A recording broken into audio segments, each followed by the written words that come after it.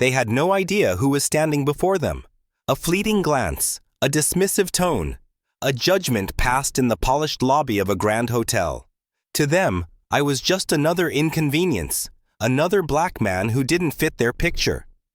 But to me, it was a familiar sting, a microaggression that carried the weight of generations. It left a mark, an unseen one, but a mark deep enough to ignite a fire. This isn't just my story. It's the echoes of countless others who have felt that dismissive gaze. What if one of us in that moment of raw humiliation could simply change the rules? What if the very walls that tried to shut you out became the foundation for your greatest triumph? My name is Marcus Thorne.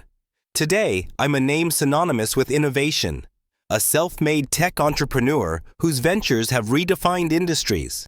I navigate boardrooms with the same ease I once navigated the rough streets of my youth. My world is one of private jets and penthouse suites, yet there's always been this quiet, persistent hum beneath the surface, an awareness of the scrutiny that follows a black man who dares to climb too high. You learn to live with it, to deflect it, to sometimes even use it as fuel. But you never truly forget it. This particular morning, the crisp air of Chicago felt strangely heavy as I stepped out of my sleek black car. Looming before me was the Grand Oasis, an architectural marvel of polished glass and gleaming steel, a beacon of opulence in the heart of the city. Today wasn't just another business meeting. It was a pivotal moment, a merger that could solidify my legacy for decades to come. I took a deep breath, the subtle unease clinging to me like the morning dew, and pushed through the revolving doors. The lobby was a symphony of hushed luxury, the scent of fresh flowers, the soft murmur of sophisticated conversations, the distant chime of crystal. But as I walked towards the reception desk, the melody warped. My sharp eyes, honed by years of reading rooms and anticipating moves, immediately picked up on it. The polite smiles of the staff seemed to stiffen their eyes, lingering on me, for a fraction too long, a flicker of something unreadable, or perhaps all too familiar, before being masked by practiced neutrality. It wasn't my first rodeo with these kinds of looks.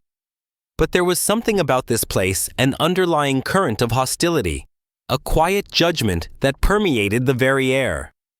I straightened my bespoke suit jacket, adjusted my tie, and approached the polished counter with a confident stride.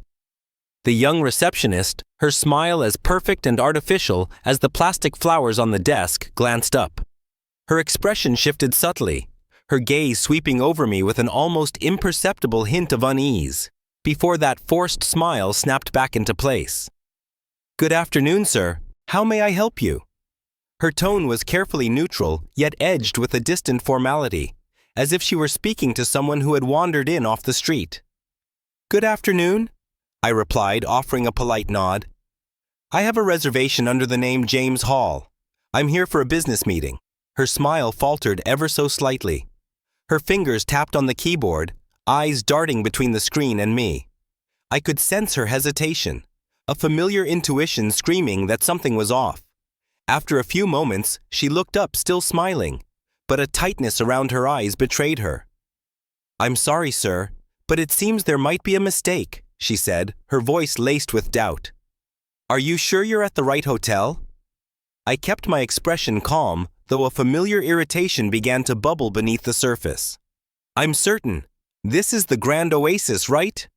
My tone was firm, polite, but unwavering. Before she could reply, a man in an impeccably tailored suit approached. This was Mr. Sterling, the hotel manager, radiating an air of practiced authority mixed with an unmistakable arrogance.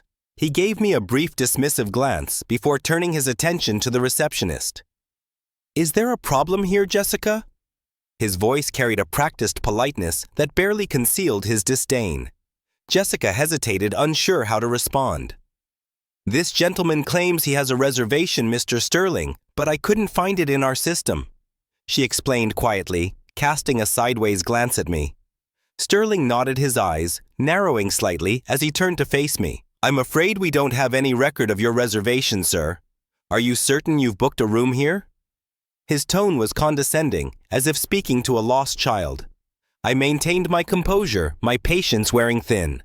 "Yes, I am certain," I replied. I can show you the confirmation email if that helps. Sterling's lips curled into a thin smile that didn't reach his eyes.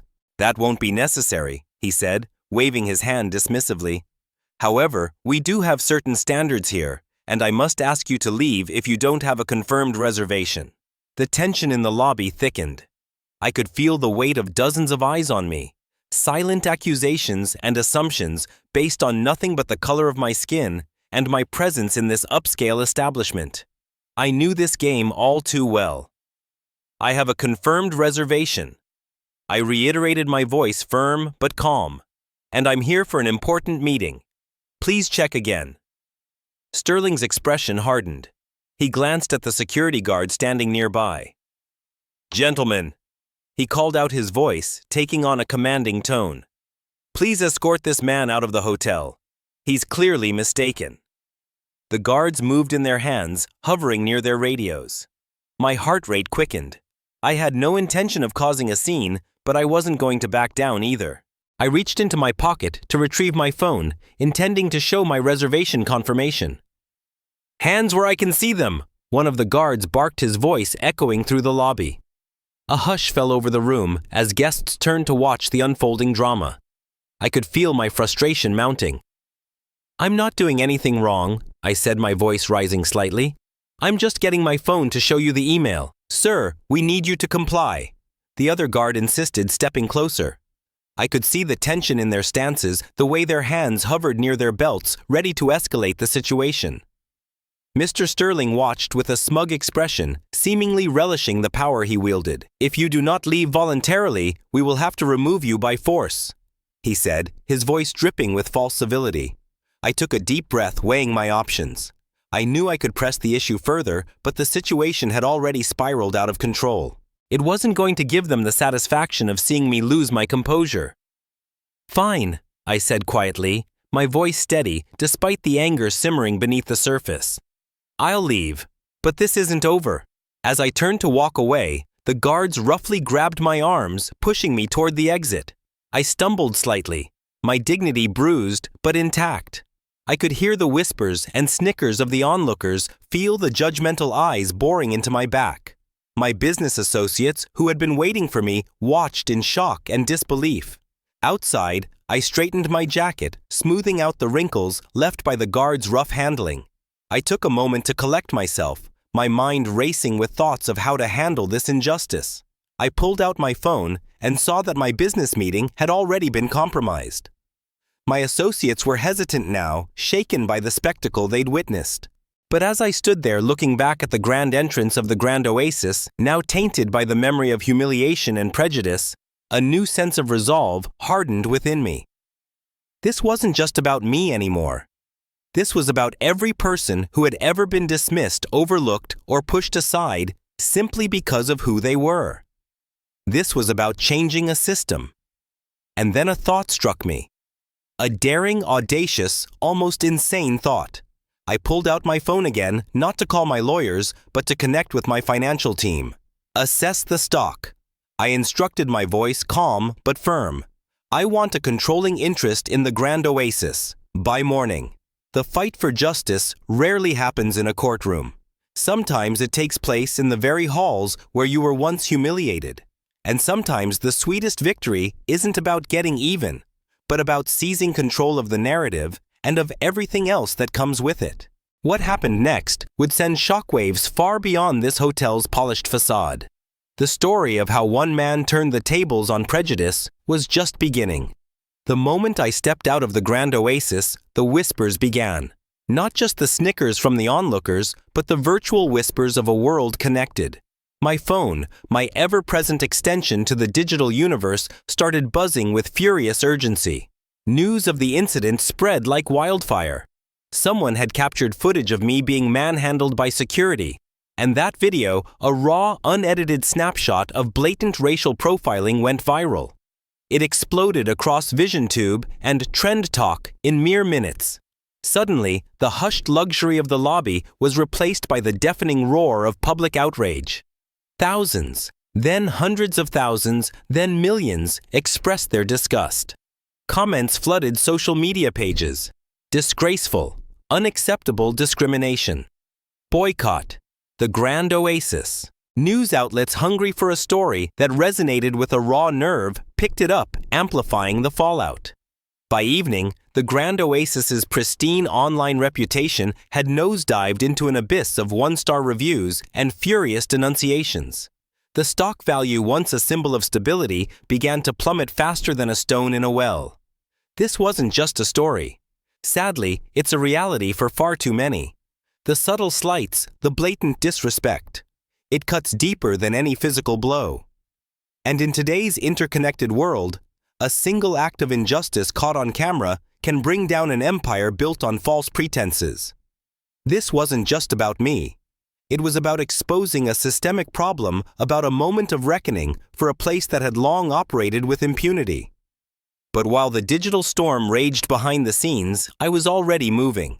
My financial team, used to my audacious strategies, went to work with surgical precision. The drop in the hotel's stock value wasn't a disaster to me. It was a golden opportunity. Every dollar lost by the Grand Oasis was a step closer to my strategic acquisition. My penthouse office transformed into a command center. Phone calls became rapid-fire commands. Assess the current market cap. Analyze the institutional holders.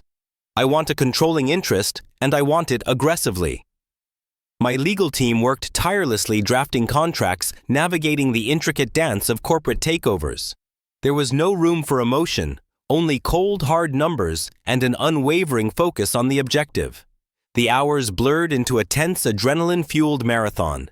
Each tick of the clock, each fluctuation on the stock market screen was a beat in this silent battle. Mr. Sterling and his colleagues were probably holed up in their executive suites, panicking, trying to mitigate the public relations disaster. They had no idea that while they were fighting a viral video, I was orchestrating a complete corporate takeover. As the city lights twinkled outside my window, painting streaks across the glass, the final negotiations stretched into the deepest hours of the night. My lead analyst, a young woman named Sarah, whose brilliance matched her tenacity, finally looked up from her multiple screens. A tired but triumphant smile touched her lips. "Sir," she said, her voice hoarse, "the deal is done. By midnight, the Grand Oasis is officially yours." A quiet satisfaction settled over me, deeper and more profound than any business victory I'd achieved before. It wasn't about revenge. It was about redemption. It was about turning a moment of profound humiliation into a powerful statement. I walked to the floor-to-ceiling window, looking down at the sprawling metropolis. My gaze found the Grand Oasis, its grand facade now bathed in the soft glow of the pre-dawn light. Yesterday, it had been a place of indignity, a symbol of a casual prejudice that had bruised my soul.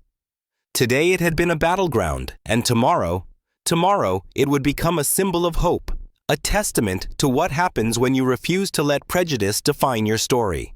The fight for justice rarely happens in a courtroom alone. Sometimes it takes place in the very halls where you were once humiliated.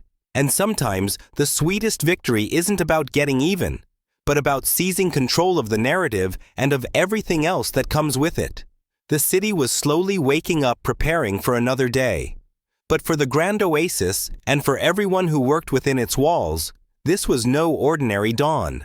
This was the dawn of a new era, orchestrated by an unseen hand. The reckoning was about to begin.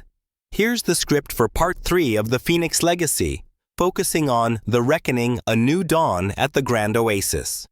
3. The Reckoning, A New Dawn at the Grand Oasis. The next morning, the city was alive with the promise of a new day. But for the Grand Oasis, it was the dawn of a new era. I stood outside its grand entrance once more, not as the humiliated guest forcibly removed from the premises, but as something else entirely. Today, I was the new owner. A quiet satisfaction settled over me, a profound sense of purpose. This wasn't about revenge. It was about rectification. I adjusted my suit, the fabric of familiar comfort, and walked through the revolving glass doors. The lobby was still waking up, a handful of early guests milling about. But for the staff, it was a moment frozen in time. The familiar faces who just yesterday had treated me with an almost theatrical disdain were now filled with shock and disbelief.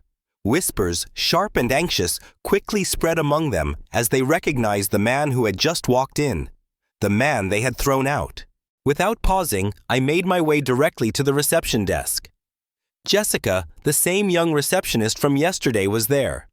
Her face paled as she recognized me. Her previous arrogance, replaced by a palpable uncertainty.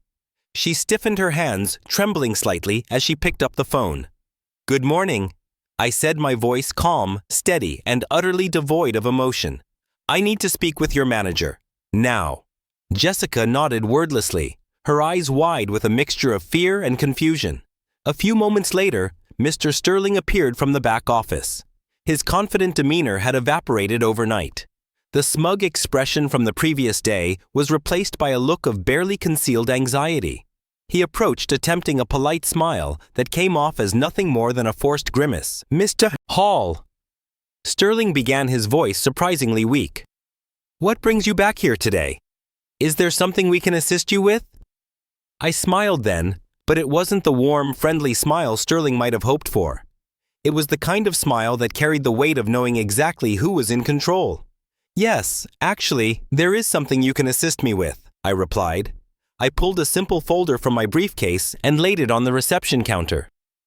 "These are the documents confirming that I am now the majority owner of the Grand Oasis Hotel." For a moment, the lobby seemed to freeze in time. Sterling's eyes widened, darting from my face to the papers and back again. His face drained of color by the second. He reached out with a shaking hand, picking up the documents, his eyes frantically scanning the official seals and signatures. This can't be right," he stammered, his voice barely above a whisper. "There must be some mistake." "There's no mistake," I replied, my voice steady and calm. "I've acquired a majority share. As of now, I'm the one in charge." A heavy silence fell over the lobby. Staff members and a few curious guests processed what had just been revealed. Yesterday, Mr. Sterling had been on top, secure in his authority and his assumptions. Today, everything had changed. He stood there stunned and speechless, his mind racing to make sense of the seismic shift. "Mr. Sterling," I continued, my tone firm, leaving no room for argument, "please gather all the staff in the main hall. We're going to have a meeting. A mandatory one." Within minutes, the entire hotel staff was assembled in the grand hall. Nervous whispers filled the room as employees exchanged anxious glances. The air was thick with uncertainty and fear. Some had seen the viral video. Others had only heard rumors. But now it was clear the Grand Oasis was under new management. And the man they had scorned was now their boss. I stood at the front of the room surveying the crowd. I could see the apprehension on their faces. People who had once held power and privilege were now reduced to uncertainty, perhaps even fear. I knew this wasn't going to be easy, but it was necessary. "Good morning," I began, my voice carrying a calm authority that silenced the room. "For those who don't know, my name is Marcus Thorne, and as of last night, I am the new owner of the Grand Oasis Hotel." A murmur rippled through the crowd. I let it settle before continuing. "I'm sure you all saw what happened yesterday, or at least heard about it. What occurred in this hotel was unacceptable. Discrimination, prejudice, and mistreatment of any guest will not be tolerated here from this moment forward." My words were met with a mixture of shock and apprehension. Some employees nodded, perhaps feeling a pang of guilt or shame. Others looked defiant, their jaws set in stubborn resistance. "Effective immediately," I announced, my tone unyielding. "Mr. Sterling, you are relieved of your duties as manager. Your conduct yesterday was inexcusable. You may collect your things and leave the premises." Sterling's face turned a deep shade of red. He opened his mouth to protest, but one look at my expression told him it would be pointless. The power dynamic had shifted entirely. There was no longer room for negotiation. He nodded stiffly and without a word turned to leave the room, his pride visibly shattered. I then addressed the rest of the staff. "I'm giving you an opportunity. We are going to rebuild this hotel from the ground up. I'm instituting a mandatory training program on cultural sensitivity, equality, and respect for every employee from the top down. This isn't optional." Several hands shot up, but I held up a hand to stop them. I know some of you may not agree with this, and that's fine. You're free to leave if you cannot adhere to these new principles. But for those who choose to stay, understand that this is not just about keeping your job. It's about becoming better. It's about learning from the mistakes of the past. A few employees exchanged uneasy glances. It was clear that some were struggling to come to terms with the new reality. They had operated under a certain mindset for years, one where they felt untouchable. Now they were faced with a choice: adapt or leave. This moment, for anyone who has ever felt unheard, dismissed, or undervalued, is the dream. Not for revenge, but for the validation of your worth, for the chance to reshape a system that has long pushed you down. But simply taking over isn't enough. The real challenge, the deepest work, lies in changing hearts and minds. And that I knew would be the hardest battle of all. The grand stage was set, but the drama of true transformation was only just beginning. 4. The crucible of change. Resistance and redemption. As the meeting concluded, I watched the crowd disperse, a silent observer in my own unfolding drama. I could sense the undercurrent of discontent among some of the employees, a low thrum of resentment. I wasn't naive. I knew that changing a deeply ingrained culture wouldn't happen overnight. There would be resistance, perhaps even sabotage. But I was prepared. Later that day, I walked through the halls of the Grand Oasis, observing the staff as they went about their duties. I could hear the whispers, see the suspicious glances cast my way. Some of the older staff members, those who had been there for years and were used to running things their way, were the most resistant. They murmured amongst themselves, making vague plans to undermine the new rules, like a low-grade fever simmering beneath the hotel's polished surface. I caught a small group of them gathered near the linen closet, their hushed tones carrying just enough for me to pick up a few bitter phrases. "Here, some of you aren't happy with the changes," I said, my voice cutting through their murmurs. They quickly straightened up, forcing fake smiles onto their faces like actors caught off guard. "Let me be clear," I continued, my gaze steady. "I'm not here to punish anyone. I'm here to make this a better place for our guests and for you. But if you think that you can continue with your old ways, you'll find that you're sorely mistaken." The employees shifted uncomfortably, not daring to meet my gaze. I nodded, satisfied that my point had been made. I was setting the tone early. There would be no tolerance for insubordination or sabotage. Behind closed doors, however, the rumblings of discontent continued. A few staff members, particularly those who had been demoted from senior roles, began to quietly plot. There was Mr. Davies, formerly the meticulous head of housekeeping, now assigned to the cleaning crew, his hands raw from scrubbing floors he once oversaw others do. And Ms. Peterson, once the proud assistant manager, now found herself working as a server in the hotel's restaurant, a job she had once looked down upon. They whispered about bringing me down, filing complaints, or even staging a walkout. It was a classic playbook of resistance. Blame the change, not the cause. But I had anticipated this. My strategy wasn't just about financial might. It was about building a new foundation, brick by brick, with the right people. I had already begun hiring new staff members, particularly individuals from marginalized communities who had faced discrimination in their previous jobs. These new hires would be crucial in setting an example and balancing the scales. As the days passed, the tension in the hotel grew. Employees who had once felt secure in their positions now felt vulnerable. Some were willing to adapt, to learn, and to grow in this new environment. Others clung stubbornly to their old habits and prejudices, their resentment simmering just beneath the surface. I observed it all with a calm, determined gaze. This was a test for me and for them. Would they rise to the challenge, or would they crumble under the weight of their own arrogance? During one of the mandatory cultural sensitivity training sessions, a fascinating conversation unfolded. Mrs. Jenkins, the former front desk supervisor who had been demoted to a bellhop, spoke up.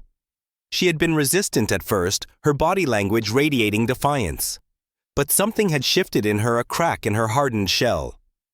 "I've been thinking," Mrs. Jenkins said, hesitantly addressing the group. "I never realized how much I was judging people based on appearances. I mean, I thought I was being professional, but maybe I was just being unfair."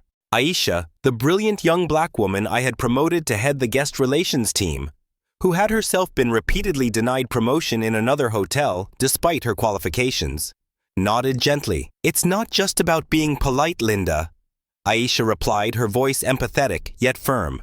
"It's about recognizing that everyone deserves respect and dignity, regardless of how they look or where they come from."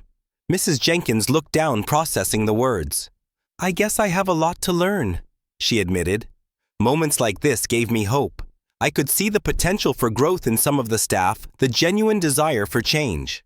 But there were others who remained hardened, refusing to let go of their old prejudices, clinging to a false sense of superiority. I knew these were the ones who would eventually have to leave either by choice or by force. The former employees who had been most resistant, like Mr. Davies and Ms. Peterson, called for a private meeting with me.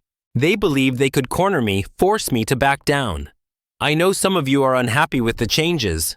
I began, looking them directly in the eye. "You feel like you've been demoted or disrespected. But ask yourselves, why do you feel that way? Is it because you've been treated unfairly, or is it because you're finally being treated equally?" Mr. Davies, unable to contain his frustration, blurted out, "This isn't what we signed up for. You can't just come in here and turn everything upside down." My eyes met his, calm but firm. "Actually, I can. And I did. Because what this place was built on wasn't right. I'm offering you a chance to be part of something better. But that's up to you. You can choose to grow, or you can choose to go." The room fell silent. It was clear that I was not going to back down. I had no interest in compromising with those who were unwilling to change. For anyone who has ever faced systemic resistance, the hardest part is standing firm when it feels like the whole world is pushing back. But true leaders understand that growth isn't always comfortable, and sometimes letting go is the kindest path for everyone. The crucible of change was burning slowly, purifying the dross and revealing the true metal beneath. The grand oasis was transforming one difficult conversation, one grudging acceptance, one quiet resignation at a time. The final test, however, was yet to come. Here's the script for Part 5. The Phoenix rises, a legacy forged in adversity, bringing the narrative to a powerful and inspiring close. As the days turned into weeks and weeks into months, the grand oasis underwent a profound transformation. The once rigid hierarchy began to crumble, replaced by a more inclusive and dynamic structure. The new employees, especially those who had faced discrimination elsewhere, flourished in their roles. Their fresh ideas and enthusiasm breathed new life into the hotel, proving that talent, when nurtured, knows no boundaries. It was a tangible testament to the truth that when you open doors, incredible things happen. Guests began to notice the difference. The energy in the hotel was palpably different, more welcoming, more authentic. People started talking about the Grand Oasis not just as a place of luxury, but as a symbol of change and progress. Positive reviews began to surface online, commending the hotel's newfound commitment to diversity and equality. The very social media platforms that had condemned it now sang its praises. The true turning point, however, came unexpectedly, not in a grand pronouncement, but in a quiet, humbling moment. Mr. Sterling, the former manager now working as a concierge, had a chance encounter with a black family in the lobby. The situation mirrored the incident with me, but the roles were reversed. Sterling's face turned pale as he recognized the gravity of the moment. He hesitated, his hands trembling slightly as he handed the family their room keys. His voice shook as he spoke. "Welcome to the Grand Oasis. If there's anything you need, please let me know." The family smiled and thanked him. And in that simple exchange, something profound shifted within Sterling.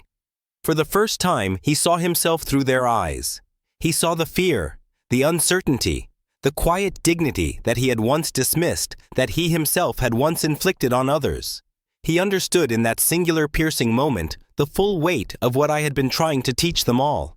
It wasn't just about equality in words. It was about experiencing it, living it, feeling it in action. That evening, Sterling approached me. His posture was no longer stiff with pride, but humble, almost deferential. "I think I'm starting to get it," he said quietly, his gaze meeting mine. "I never realized how much I took for granted, how much I looked down on people. "I'm sorry," I nodded, sensing the sincerity in his voice, the raw vulnerability of a man finally seeing past his own biases. "It's not easy to change, Mr. Sterling," I replied, "but recognizing it is the first step. If you're willing to learn, you have a place here." And that was the magic. One by one, other staff members began to follow suit. The hardline resistance gave way to understanding, to genuine introspection. The hotel slowly but surely began to thrive under its new leadership. Those who couldn't adapt left, and those who stayed became powerful advocates for the new vision. By the end of the third month, the Grand Oasis was no longer just a place of luxury. It was a place of learning, growth, and redemption. The transformation was not just in its policies, but in its people. I often stood in my office, looking out over the bustling city below, a panorama of skyscrapers and endless possibilities. The journey had been long and challenging, filled with hidden pitfalls and unexpected triumphs. But I knew it was only the beginning. I had set out not to seek revenge, but to build something better. A testament to resilience, a beacon of change. As I watched the hotel come to life in ways I had only dreamed of, a new kind of satisfaction settled in. The old system had crumbled, yes. But from its ashes, a new order had taken shape, one built on respect, equality, and justice.